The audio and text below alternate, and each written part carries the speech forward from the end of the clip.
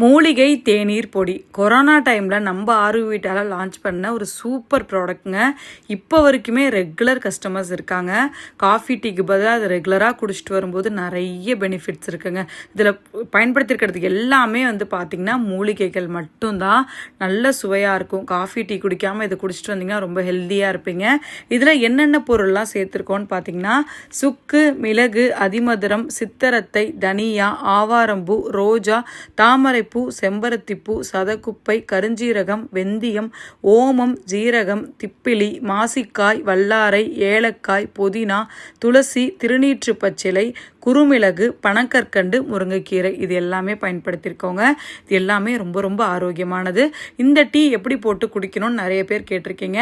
ஒரு டம்ளர் அளவுக்கு சுடு தண்ணி நல்லா தண்ணியை கொதிக்க வச்சுட்டு அதுக்கப்புறம் நீங்கள் அதில் டீ பவுடரை போட்டு கொதிக்க வைக்கணும்னு தேவையில்ல. சுடு தண்ணியை மட்டும் கொதிக்க வச்சா போதும். அதுக்கப்புறம் நீங்கள் எந்த டம்ளரில் குடிக்க போகிறீங்களோ அதில் 2 டீஸ்பூன் அளவுக்கு ஹெர்பல் டீ மிக்ஸ் மூலிகை தேநீர் பவுடரை கொஞ்சம் போட்டுட்டு சுடு தண்ணி அதில் ஆற்றி குடிச்சிக்கலாங்க. வேணும்னா வடிகட்டிக்கலாம், இல்லைன்னா தேவையே இல்லை. இன்னொரு விஷயம், பனக்கற்கண்டு இதிலே போட்டிருப்போம். இதிலே இனிப்பு இருக்கும். தனியாக நீங்கள் இனிப்புலாம் கலந்து குடிக்க வேணாம். அதே மாதிரி பாலில் இதை போட்டு குடிக்கக்கூடாது. ரெகுலராக குடிச்சிட்டு வரும்போது தலைவலி, ஃபீவரு, கோல்டு, உடம்பு வலி எல்லாமே சரியாகுங்க. சுவையாகவும் இருக்கும். உடம்புக்கு ரொம்ப ரொம்ப ரொம்ப ரொம்ப ஆரோக்கியமானதுங்க.